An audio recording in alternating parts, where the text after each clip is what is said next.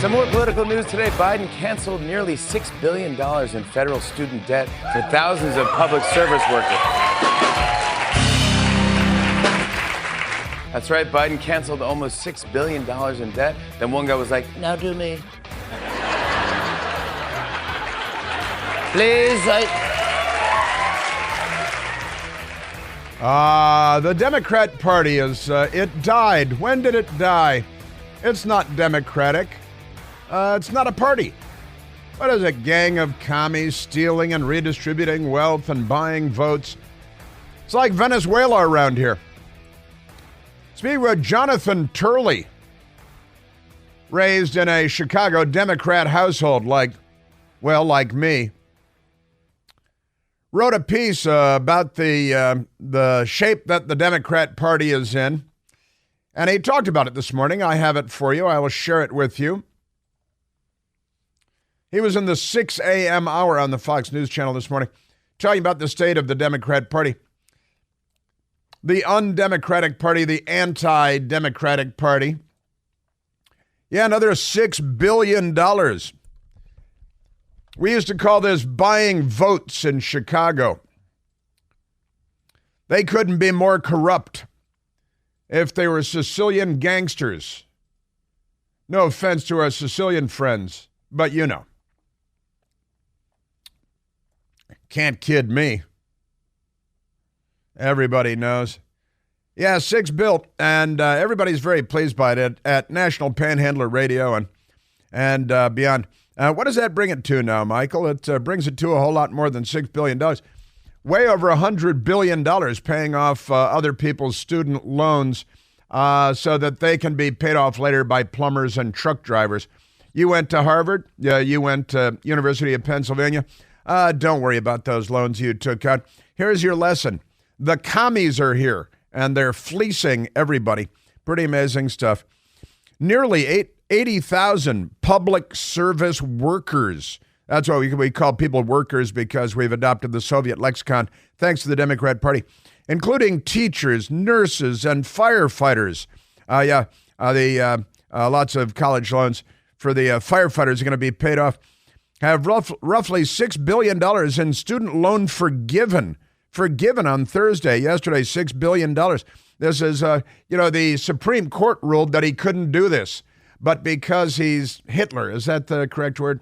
But because he's really undemocratic, he's not democratic at all. He just ignores the Supreme Court and the rule of law. The rule of law is not for the left. They'll tell you what the rule of law is. So that's another Democrat Party. The corruption is everywhere. And our news media loves it, because you got to keep in mind that our news media is the most corrupt institution in the United States of America. Interestingly enough, when did that happen? Well, it's been a gradual process, I think, to some degree. But we've got that one, and they think it's good fun on late night TV because, it's all part of the propaganda apparatus of the Democrat Party, of the international left. And that's who they are. They're not American liberals. They're undemocratic. They're anti-democratic. So I want to share a bit of that with you. It's pretty crazy. And also, boy, did you see in Gaza yesterday, there was kind of a funny occurrence. It may depend on your sense of humor. Not everyone may find it funny. But a couple of Palestinian brothers, apparently twin brothers, according to multiple reports, they're twin brothers, 19 years old. Well, one of them is now 19 years old, because one of the twin brothers was accused of collaborating. He's a Muslim, and he's a Palestinian, so-called. He's an Arab and living in the Gaza, and he's accused of collaborating with the Jews. And you know how they hate the Jews. They don't like the Jews at all. They're Israelis, and so one brother allegedly betrayed the Palestinian people, so-called, and the other brother, the twin brother, was 19 years old. They're the same age, even though they're twins, and even though it's the Gaza. But the second brother was called in to kill his twin brother, to mow him down with automatic weapons fire. Sounds like an AK-47 from around the corner. And so brother one was gunned down by brother two because he collaborated with Israel. And it's fairly hilarious, I've got to say. Hey, Nabil, duck. And Mom was standing by, so proud of the brother that gunned down the other brother because he talked to the Jews, and you can't have that. So I want to get into that story. I've got their names for you and all kinds of details. It's a little bit of fun. It's all about family. And whatever you do, don't talk to the Jews, because that's what will happen to you. They'll bring in your twin brother to gun you down. Not that they're savages or anything like that. They are, from the river to the sea. The Democrats are chanting on behalf of these animals. I'm sorry, to animals everywhere. To these savages, and pretty amazing stuff. These are the people that the Democrats are backing over Israel, because the Democrat Party is not well. They're not well at all. They have a lot of gender issues, too. These are not good people. The CIA intervened in Hunter Biden probe. There's a Hunter Biden probe. Whistleblower Patrick Kevin Morris claims. The Washington Times has the story, and the Washington Post does not. But more corruption from our intelligence community and our federal government. We are a banana republic. We are a third world country with a first world economy so far, but they're sucking the lifeblood out of that too, because we're $34 trillion in debt. And they just took, hey, we'll take another $6 billion and buy votes and pay off student loans. Now it's like $100 and some odd billion. And the Supreme Court says that Joe Biden can't do it. And he doesn't care.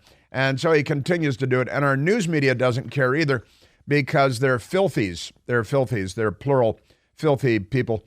And boy, it's amazing. Wait till I share this story with you. The CIA, also the intelligence community, they put out a memo. They have an internal kind of newsletter called The Dive, and they've instructed everyone in the intelligence community to not use terms like jihad or Islamic jihad or radical jihad or jihadis. Don't use these terms, because they ended it, I think, with Allahu Akbar. I think that the Biden intelligence community newsletter ended with Allahu Akbar. And then one of them self-immolated, which is probably not enough. Amazing stuff. Yeah. But yeah, this guy, the twin brother, gunning down his twin brother. That's fun. That means we're one step closer to a ceasefire. One jihadi closer to a ceasefire, which is, I got to say, this jihadi brother who killed his twin brother, he brought us one step closer, which is more than we can say about our Secretary of State, Antony Blinken, or Joe Biden, for that matter. Where are the peace talks? They keep yelling, ceasefire now, and from the river to the sea, which means wipe out Israel and kill all the Jews. And that's a bumper sticker of the Democrat Party in 2024, wipe out Israel. They're not on our side. Boy, are they not on our side. But honestly, this jihadi brother killing his twin brother did more to bring peace to that region of the world than the entire Biden administration. Oh, yeah, speaking of which, questions were raised about Obama being at 10 Downing Street in London recently and what he's doing there. And it's kind of interesting because England is now speaking up about the war against the troglodytes, the war to save civilization. And guess what? The lefties in Britain are not on the side of civilization either. Amazing stuff, imperialist bastards that they are. Never mind that. Great piece by Jonathan Turley, law professor extraordinaire at George Washington University. Democrats lost one precious thing at Hunter influence peddling hearing, and it's quite a thoughtful, at least several elements of it, very thoughtful by Jonathan Turley about what has happened to the Democrat Party. Maybe I think it's thoughtful because he sounds a lot like me when he's talking about it. Also, I don't know if you've seen it. It depends on what news organizations you depend on for your news. But if you're listening here, you've probably seen it. That mob of hundreds of illegal criminals attacking the United States of America like an invading army. They stormed our border and attacked National Guard and Texas law enforcement because Joe Biden isn't securing our border. So it's been left to the states. And Joe Biden will take the states to court to try to stop him from defending our border because Joe Biden wants more crime, more gangs, more drugs, more fatal drug overdoses. Joe Biden is not on our side. But hundreds of illegal aliens charge the U.S.-Mexico border. And who covered it? Did Did CNN cover it? Did ABC News cover it? Did NBC News cover it? No, and no. Pretty amazing stuff. The New York Post covered it, and they got the video of what happened at our southern border yesterday. And it is pandemonium. It is anarchy. And that's what Joe Biden represents. And that's what the Democrat Party represents. They're here to make the United States unrecognizable as a sovereign country. CBS did a few seconds on it. They're the only network to cover the attack on our border yesterday because they're not in the news business. They're in the act of journalistic gratification business for the Democrat Party. Pretty amazing stuff, I've got to say. Also, did you see the spring breakers that went to Cancun in Mexico? And they were held up at gunpoint by gangsters with rifles and forced to get cash and fork over their cash, had to go back to the hotel room holding hostages on the beach while one of the girls went back to the hotel room to get all the cash and pay off the gun-toting criminal gang on the beach in Cancun, Mexico, where I've been with my best girl on vacation, and spring breakers down there. Mexico is, well, you know, if the news media covered these things, they'd have some black eyes. They certainly would. Amazing stuff. Yeah, American college students on spring break in Cancun, attacked with rifles in their faces, and they were given three options. None of them ideal when you're on vacation and everything. So we got that. And Mexico, in the meantime, is vowing to fight any effort by Texas to deport illegal aliens under the Texas state law that the Democrats in Washington are fighting against because they're not on our side. Speaking of which, I've seen Democrats squatting in people's houses. I don't mean crouching down and sitting on their haunches, but they break into people's houses when people aren't there, or condominiums, and they steal their property. And we're such a dumb country because of people that call themselves liberals that in a whole lot of jurisdictions, including Washington, D.C., if you stay there for like 2 weeks or for a month while people are away or they're not living there, then Democrats say, oh, yeah, that's your house now. You own that house. I think that, like, if you sit in somebody's car for 15 minutes, you should own their car based on that, too. If you have their kid for a day, then the kid belongs to you. It's we've lost our mind as a culture, and it's all because of people that call themselves Democrats and liberals. Well, these squatters, they're everywhere now. They're all over the country, stealing $1 million houses in Atlanta, stealing apartments in New York City. And a couple of squatters moved into a condo, an apartment in New York City, and they murdered the young woman. The woman was in Spain, old Spain, with maracas and dancing and stuff. And they moved into this apartment in New York City, and the woman came home, and so they murdered her and stuffed her into a duffel bag. And the Democrats kind of shrug and say, well, hey, the squatters own the condominium because they're on the side of death and mayhem and anarchy. The Democrat Party is a friend of no one. Remarkable stuff. Also, you see this Democrat woman in Alabama. I think she was a nurse. She faked her own kidnapping for a couple of days, and she finally confessed that she wasn't kidnapped, and she lied, and she made the whole thing up.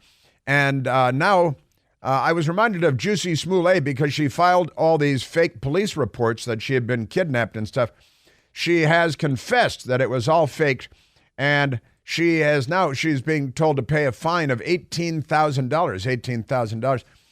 I don't know where she's going to get that. Democrats will probably raise the money for her because isn't that more than Jussie Smollett is forced to pay?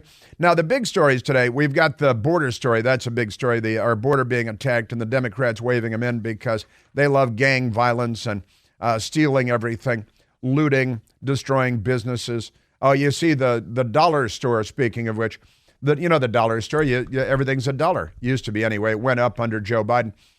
They're closing 1,000 stores nationwide because of the costs of everything. Inflation makes it hard for a dollar store because of Joe Biden, and because of theft, which is all Democrats. All Democrat. They loot everything. And the dollar stores, they're shutting down 1,000 stores, going out of business, and it's all because of Democrats.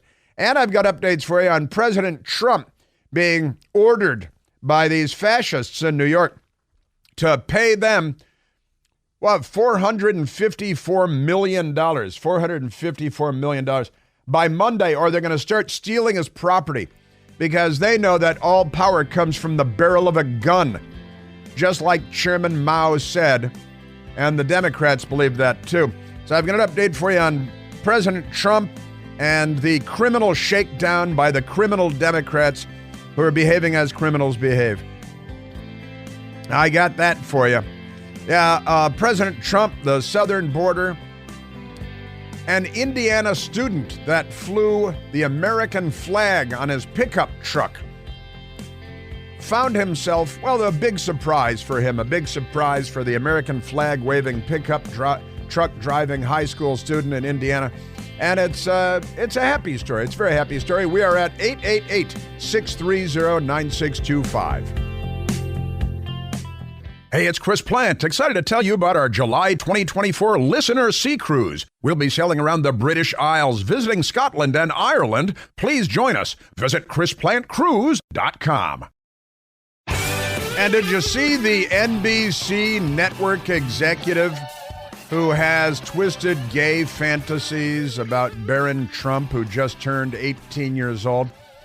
And he dreams on Twitter that Barron will be gay and marry a man and get a house in Mexico because the guy's a total freak show and 30-year senior executive at NBC.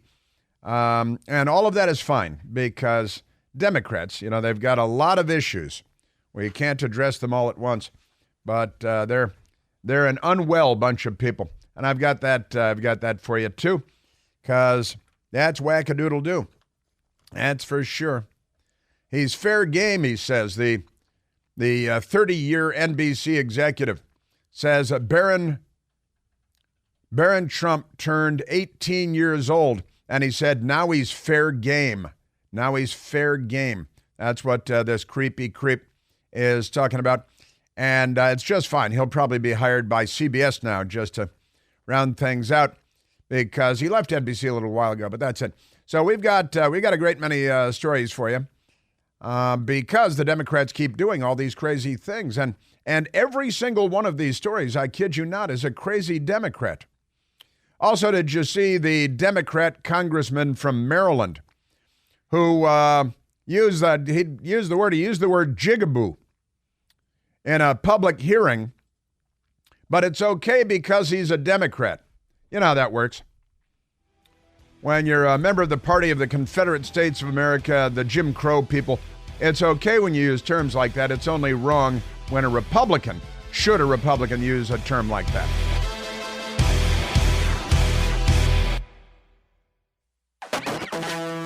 Also, we have one of these fake looming government shutdowns. I love a good government shutdown myself. I live in Washington, D.C., and I've lived in Washington, D.C. for a long time, and government shutdown time is one of my favorite times in Washington, D.C. Big snowstorm. I like a big snowstorm in Washington, D.C. because everybody's afraid of snow here, and they hide inside, and nobody drives because they can't drive on a nice, sunny, dry day for the most part. But nobody hits the roads, and that's good. And it is, as I've mentioned before, a big snowstorm, and we haven't had one of those in a while because of global warming, We haven't had a big snowstorm in a while because we're in the mid-Atlantic region and it doesn't happen all that often, but from time to time. And it's the only time when people in Washington might look up and say hello. It only happens once every 10 years or something, but people normally don't look up and make eye contact and acknowledge people walking by. You could be the only people on a city street, and the people of Washington still won't look up and acknowledge, anybody on the sidewalk. They're a weird bunch of people. Strange. It's better than, shooting each other, which they do a lot. And then a government shutdown. I love a government shutdown because when the government doesn't come in, every day is like a weekend in Washington. The traffic is very light, and it's kind of nice. It's like a holiday. When the government takes a holiday, it's sort of like death takes a holiday. And I love a government shutdown. So everybody wants to panic. Oh, no, Timmy's scout troop won't be able to go to Jellystone. And the news media will all be there at Jellystone for a little Timmy scout troop not getting in. Timmy will cry for the cameras, and the news media will pretend that it's really a big deal. that Timmy Scout troop can't get into Jellystone. And of course, it takes more people to close the government in many instances than it does to keep the government open.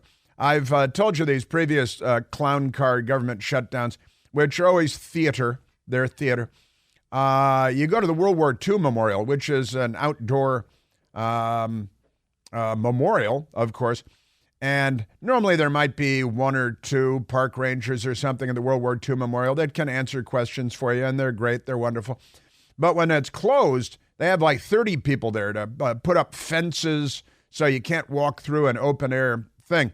And they put up these fences and barricades to say, oh, no, this is closed, because they always blame the Republicans, and it's always because the Democrats want $1 trillion for Hamas or something like that. They put poison pills in the bill and make it unpalatable for anybody with a functioning brain. And then when the giant $1 trillion spending bill that'll keep the government open for another 3 weeks so we can have another fake crisis 3 weeks from now. This town is a disgrace to our republic. And let me just say, it's always the Democrats that drive the train on the government shutdown, because they always know that the Republicans will always be blamed because of the Washington Post and other similarly corrupt institutions. And there are many similarly corrupt institutions, but like the Washington Post. But never minding that. That's remarkable stuff. So we've got that. Now let me get to a couple of things, because President Trump is being told, speaking of government shutdowns, their phony drama and the money, you got a crooked judge in New York, Engoron. You've got a crooked attorney general of the state of New York, and she has it as she ran on getting Donald Trump, right? That was her platform, and the crooked Democrats, because they're much more corrupt now than they used to be, but they're demanding, they convicted him of somehow defrauding nobody with a fake charge that he claimed that his properties were worth more than Judge Engoron says they're worth. Judge Engoron said his $500 million estate in Palm Beach, Florida is worth $18 million. He should go to prison for that, of course, because he's lying Sacagawea. But the Democrats are now saying that President Trump has to hand over $454 million by Monday, or they're going to start stealing his property. Now, this is the Trump Tower. He's got a lot of properties in New York City, of course, big buildings. He's a billionaire, and these things are worth a lot of money. But he doesn't have a pile of cash. No billionaire has $500 million in cash sitting in a bank account ready to hand over to a crooked Democrat with a gun. And again, it is, the Biden administration, the Obama administration official who, what's his name, Ron Bloom or something, who said that they believe, the Democrats believe, that they agree with Chairman Mao Zedong, history's #1 mass murderer of humanity, that all power comes from the barrel of a gun. We know this is largely about power, that it's an adults-only, no-limit game. We kind of agree with Mao that political power comes largely from the barrel of a gun. Just kind of. They just kind of agree with Mao. You kind of agree with Hitler. You kind of agree with Joseph Goebbels. You kind of agree with Joseph Stalin. But they don't agree with Thomas Jefferson or with Ronald Reagan, because they're not on our side anymore. Boy, are they not on our side. So the headlines are, what happens if Trump can't post his $454 million bond? That's Bloomberg. And the New York Times, what happens if Trump can't get a $500 million bond? Again, nobody, maybe some Arab kings, have $500 million in cash sitting somewhere. But if you had $100 million in cash, you invested in something that, our dollar is depreciating with each rotation of the earth. So only an idiot would have hundreds of millions of dollars sitting around in cash. Now, Letitia James is the crooked New York Democrat that ran on getting Trump. Then they ginned up fake charges. And the thing is, rank and file Democrats across the country are fine with this, because it's a political party that runs on hate Hate is a very powerful emotion. They have seized on that. They get their people to hate. I've been talking about this for ages now, for a decade and a half, how the Democrats have the power. I call it point and hate. They can pick anybody out of a crowd, and like space aliens from Invasion of the Body Snatchers or something, they can point at someone and say, hate them. And the entire Democrat Party, rank and file across the country, will go ahead and hate the person, whether it's Kyle Rittenhouse or, who defended himself against a serial little boy rapist in Kenosha, Wisconsin. They all hate Kyle Rittenhouse. Nicholas Sandmann, that's exactly who I was thinking of, who stood on the steps of the Lincoln Memorial, and the Democrat Party says, we hate him. There's something aggressive about standing there. Yeah, there is on MSNBC, something about he stood there, so they hate him. And of course, Donald Trump they hate more than anybody because Hillary was supposed to win and become the first communist America-hating president, and one with female genitalia, theoretically. But I can't attest to that myself. But they hate Donald Trump more than, they have after-school Satan Club for the kids in schools. But if you had an after-school Donald Trump course, they would burn the school down because they're violent too. So USA Today sees accounts, ? Mar-a-Lago, ? How Letitia James can collect $454 million if Trump can't pay it. That's just their headline. They're very excited. And the news media is in cahoots with them, of course, because they're filthy krupniks. But New York Attorney General Letitia James could swiftly move on former President Donald Trump's bank accounts and real estate if Trump doesn't put up $454 million or get bond for the civil fraud judgment James won against him. Letitia James. She ran on getting him, then she won because Democrats hate Trump's 30-day deadline to post a bond or deposit to block James from collecting while he appeals the verdict arrives Monday. So today's Friday. On Monday, he's got to have $454 million in cash.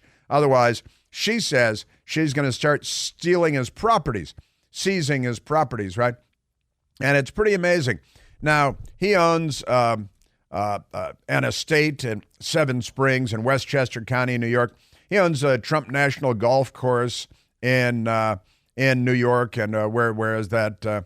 Well, in upstate, it's in Westchester, not quite upstate, but in Westchester, outside of the city. He owns a building in Lower Manhattan, 40 Wall Street is the address there. He owns 1290 on Avenue of the Americas in New York City. He, of course, owns Trump Park Avenue, a skyscraper with his name. That's the name of the building. You could live there for many millions of dollars, Trump Park Avenue. And he owns Trump Tower. And Letitia James, because she's in there with Chairman Mao, believes that all power comes from the barrel of a gun. They're planning on starting to steal his properties like third world communist dictators do. And that comes Monday. Now, let me go to Jonathan Turley, the great attorney law professor Jonathan Turley, because he was asked about this in the 6 a.m. hour on the Fox News Channel today. And they've also got this thing where they've imposed a new penalty on him where they're going to monitor his activities for 3 years because, they have power to abuse and they're going to abuse it and monitor. That's they're going to harass him for 3 years because, they've got power to abuse and that's what they do. They abuse it. Here's Jonathan Turley today. Soundbite number 8, please. Talking about the monitoring. We'll just watch his business activities for 3 years, right? And he's got to behave because he didn't behave. He didn't misbehave, rather, and they convicted him anyway.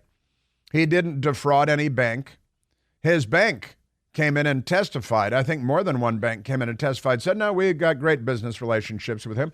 He's got the collateral. We loan money. He engages in business activities. Then he pays us back with interest, and we're very happy. And they said, well, that's not good enough. Man, I am telling you. crazy. The New York Post with a headline today: Trump begs MAGA supporters for help with $464 million fraud bond. Keep your filthy hands off Trump Tower, in quotation marks, as the word filthy ought to be used describing Democrats much more often. Jonathan Turley this morning on the Fox News Channel. You would think that this monitoring would have been the entirety of the remedy. If the court was really concerned about whether Trump would be honest in future dealings, they could have just imposed a monitor. Instead, he imposes this ridiculous amount of penalty on Trump. He could have picked any figure because none of us can make sense out of this. He could have said $1 trillion, and he just sits back and watches the defendants scramble to have to sell off properties in order to protect properties. It is a disgrace to Western jurisprudence. It is a disgrace to the rule of law in the United States of America. These people should not only be removed from their offices, the judge, Engoron, and of course the Attorney General of the state of New York should be removed. They should be disbarred, and they should die in shame for what they've done to our legal system. Jonathan Turley. This is going to eventually have to go to some judge who's going to say enough. I mean, this really shocks the conscience. You should not have to sell off your property at fire sale prices in order just to get anyone to look at the judgment of this one judge. The Bloomberg News headline: New York gears up to seize Trump Westchester assets. To seize his properties, a golf course, a mansion, and they want and they're going to lie about the value because of these properties, because they have lied about everything all along, because they're leftists. They're not liberals. They're leftists, and all leftists are, at their core, they're criminals. You know, hence the murder of 100 million people and the destruction of country after country in the name of utopia.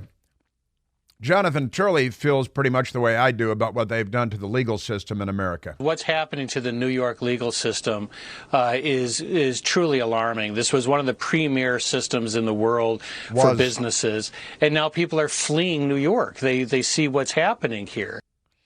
Yeah, people are fleeing. There should be motorcades leaving the place. The bridges and tunnels should be packed with people fleeing. And, you know, then they've got their squatters in there murdering a young woman and stuffing her into a duffel bag because they're squatting in her apartment, her property. New York notifies suburban county of Trump fraud judgment as possible seizures loom. Yeah, Letitia James should have a seizure. Jonathan Turley talking about Judge Engoron. This is a judge who could have resolved this. You know, he could have come up with an easy solution. You know, this is just because of Trump's portfolio being real estate. It's the nature of his business. But those are fixed assets. Trump Towers isn't going to go anywhere. He's not going to abscond with it. They could take the $100 million that he's offered and then take other agreements that he won't sell or change his interest in these fixed assets. Yeah, but that's not what it's about. It's about political power and abusing it. And Letitia James should end up in a penitentiary, and Judge Engoron should be in the jail cell next to her. It'll be a transgender prison because Democrats, you know. And then there was, we used to have a principle of fairness in the United States. The left is here. They don't subscribe to those quaint old-fashioned notions of fairness. Anyone looking at that would say, well, yeah, that seems fair. But that's not the profile of this case. This judge has done nothing to introduce any element of fairness through this. And so you're really between a rock and a hard place if you're Donald Trump. You've got a portfolio with real estate, and people don't take real estate in order to float a bond. Imagine that. And yesterday, we had this 30-year NBC network executive with his gay fantasies about Barron Trump, who just turned 18 years old. And so he decided it was time to move on that. And it's all the left. Every single instance that we're talking about, it's the left. It's Letitia James, it's Judge Engoron, left. NBC News exec with his gay fantasies about until day before yesterday. 17-year-old Barron Trump. He's been tweeting about him for years, how hot he thinks Barron Trump is as a teenager. Now he wants to make his move. Wants him to come out as gay, marry a man, get a house in Mexico so he can visit him. It's a sick bunch of people. Oh yeah, what's going on with the manifesto of transgender mass murderer Audrey Hale? The FBI has been sitting on the manifesto for about a year now. There's an update on that today as well. Yes, sir. And the Palestinian execution, brother on brother, twin brother on twin brother. They're cleaning up their own act, I guess.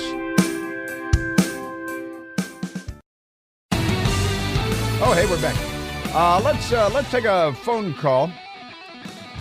Yeah, I want to hear Jonathan Turley on the Democrat Party. He grew up a Democrat, lifelong Democrat, he said. His eyes are wide open. Let's go to Stephen calling from Silver Spring, Maryland. Stephen, you're on the Chris Plant Show. Hey. How you doing? Good morning, Chris. Very well. Thank you. Okay, listen. So I'm in a little real estate, and when Trump has his assets, like for the building, say his Trump Tower is worth $100 million, and they want to seize that, he probably owes a bank, say, $80 million on it or $70 million on it. So if the government seizes it and sells it, I'm wondering, does the bank come first? And is it, if they have the power to seize it in, like, say, a first trust over the bank, then they're going to defraud the bank.